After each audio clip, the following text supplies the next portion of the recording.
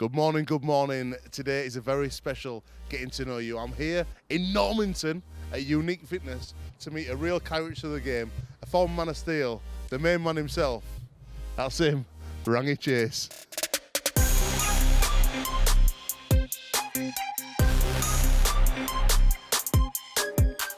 Been put through our paces this morning by Brad Foster here at his gym. And Rangi, you live on this road, just literally on the same road down at Unique Fitness.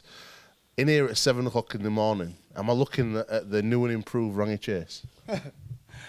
Yeah, obviously, yeah, man. I'm lucky it's on my doorstep.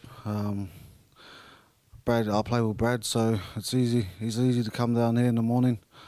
Sometimes I come twice a day, but I needed to, get rid of some weight. So obviously it's just there, so it's no excuse. So it's there for me, so it's easy for me, innit? You're a stone lighter than last time I saw you. Bit more. Stone and a half, 2 stone. Go 2 stone. You look well. Thanks, man. You're full of colour and you're smiling. It's like it's like talking to the old Rangi Chase of 2012, 2013. Do you feel like you're back to yourself for the first time in a long time? Yeah, man. Mentally, I feel strong. Physically, I feel good. I'm just in a good place. Obviously, I've had a time out, but it's been really good for me to reflect on my life and what's more important. You know what I mean? But to get through it and come through the other side, come through the dark side, and actually start enjoying what I'm doing. I've been training with Donnie for 2 months now. I got a game in 2 days, so I got a lot to look forward to. But it's been a good lesson for me, and it's been a good eye opener. When I saw you last, you told me you'd never play again. Yeah. We stood watching our kids play rugby in Castleford. What changed?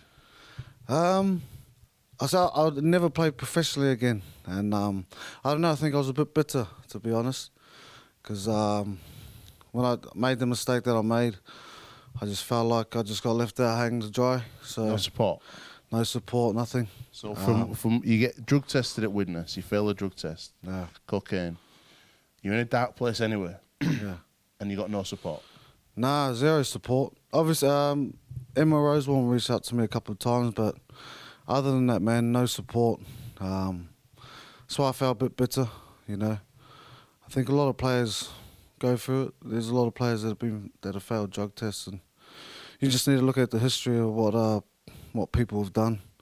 Some have taken their own lives, and some have been in bad places. I got to that point. But, I had to keep my head down and build myself up because I got 3 beautiful kids. They were my motivation. So, they were my strength and they got me through it. But I'm here to talk about it today, and I'm lucky and I'm grateful that I've got a chance to put the boots back on again and just, share a bit of my story. And then people that are going through hard times, that there's a lot at the end, but you just got to have faith and hang in there. I asked you, what had you lost? Yeah. And what did you say? I've gained more than I've lost, to be honest. Love that. Money I've lost, but you can replace that, but I've gained a lot of things, like more appreciative about my life, about the little things, my kids. I'm a better father. I think just in general, I'm a better person. Obviously, I've got my flaws and that, but it's a lesson I needed. But at the time, I thought, why me? But hindsight's a beautiful thing. I can look back and say, I'm glad I went through it because I'm a stronger person, I'm a better person for it.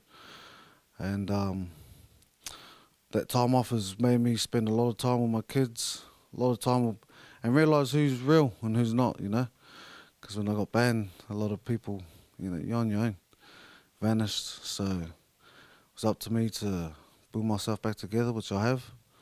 A couple of good friends. I got a couple of good friends that I trust, that I can hold on one hand, and if I do have issues, I can go speak to instead of bottling them up and doing the wrong thing that I did when I got done.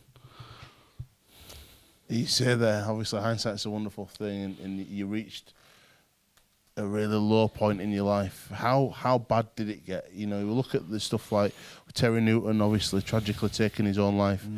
Jansen Turgid recently, which is such a sad story for such a talented young man. And Yes. and you got to that point where you also tried to commit suicide. Yeah, man, I had a lot of dark times and I just had suicidal thoughts constantly. So I did it and I tried, but like I said, for God or and the strength of my kids, I stopped and I panicked. But that's how dark it can get, because like I said, I made a mistake. There's no excuses about it. I put my hand up. I don't bring anyone under the bus.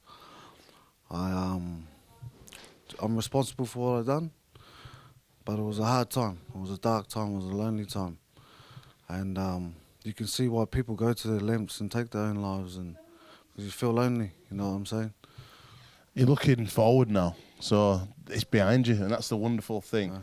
And this weekend, your kids are going to see the dad run back out and do what you've been blessed by God, the talent you've been given.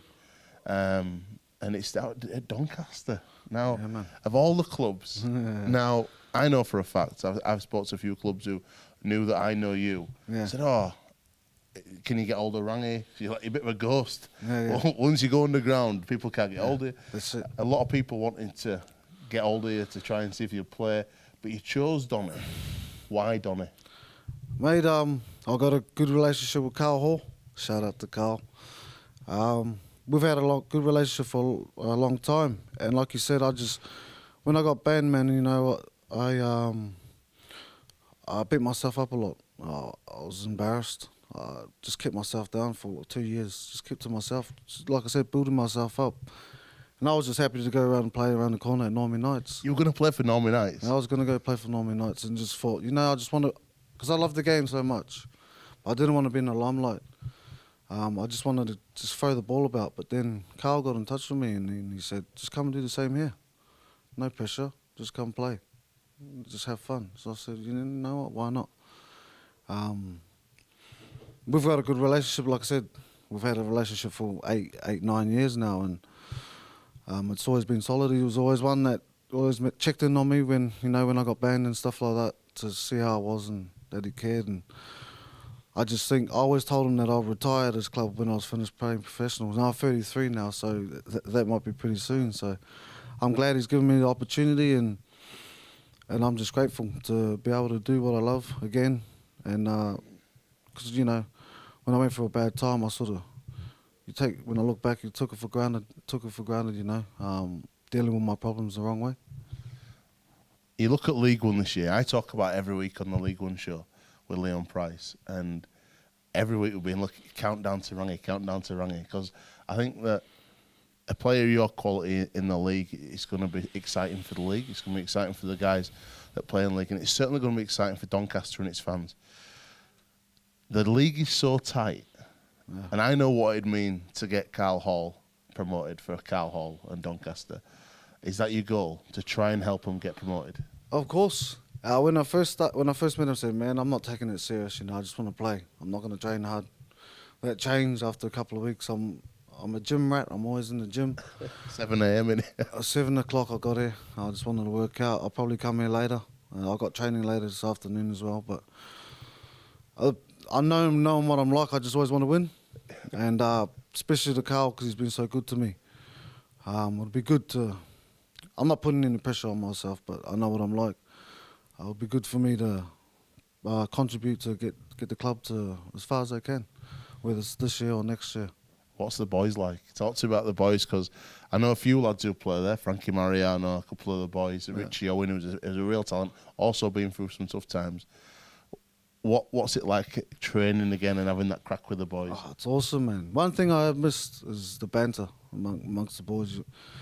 The camaraderie. When you're in a team sport, in a professional environment, everyone's got that banter, but it's good because there's a few old CAS players there, a few young players that were at CAS, I know, that are there as well.